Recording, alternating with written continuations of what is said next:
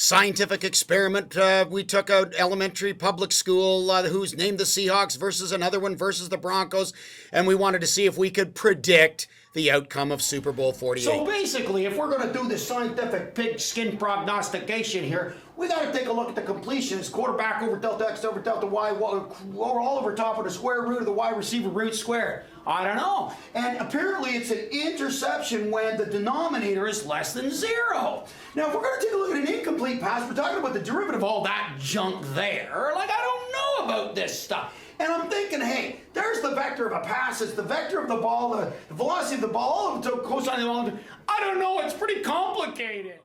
We're going to kick some butt out here.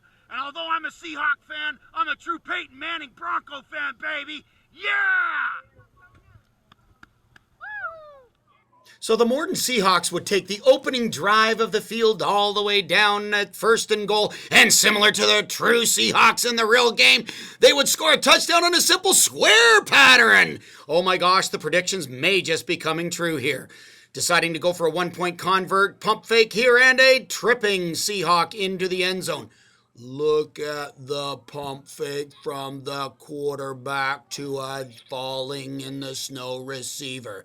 Little chest bump, 7-0, Morton Seahawks. And now on the ensuing drive, the Brookdale Broncos attempting to get some rhythm, similar to Peyton Manning in the true Super Bowl. The principal launches an air bomb, and oh my gosh, it's an interception. The Seahawks would run it out to about the 5-yard line.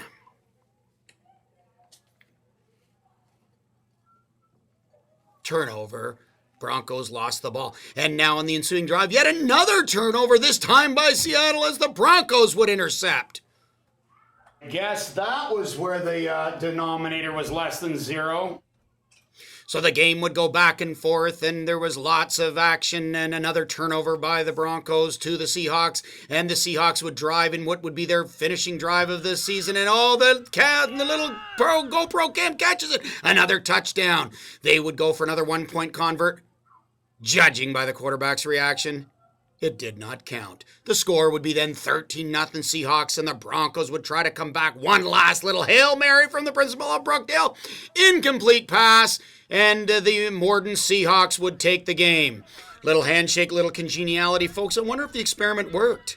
Maybe we're going to have to try another game next year, as we did prove that the Seahawks beat the Broncos prior to Super Bowl 48. We'll see next year. Hey, it appears the scientific pigskin prognostication worked. Give me a high five, buddy. Liam doesn't look impressed.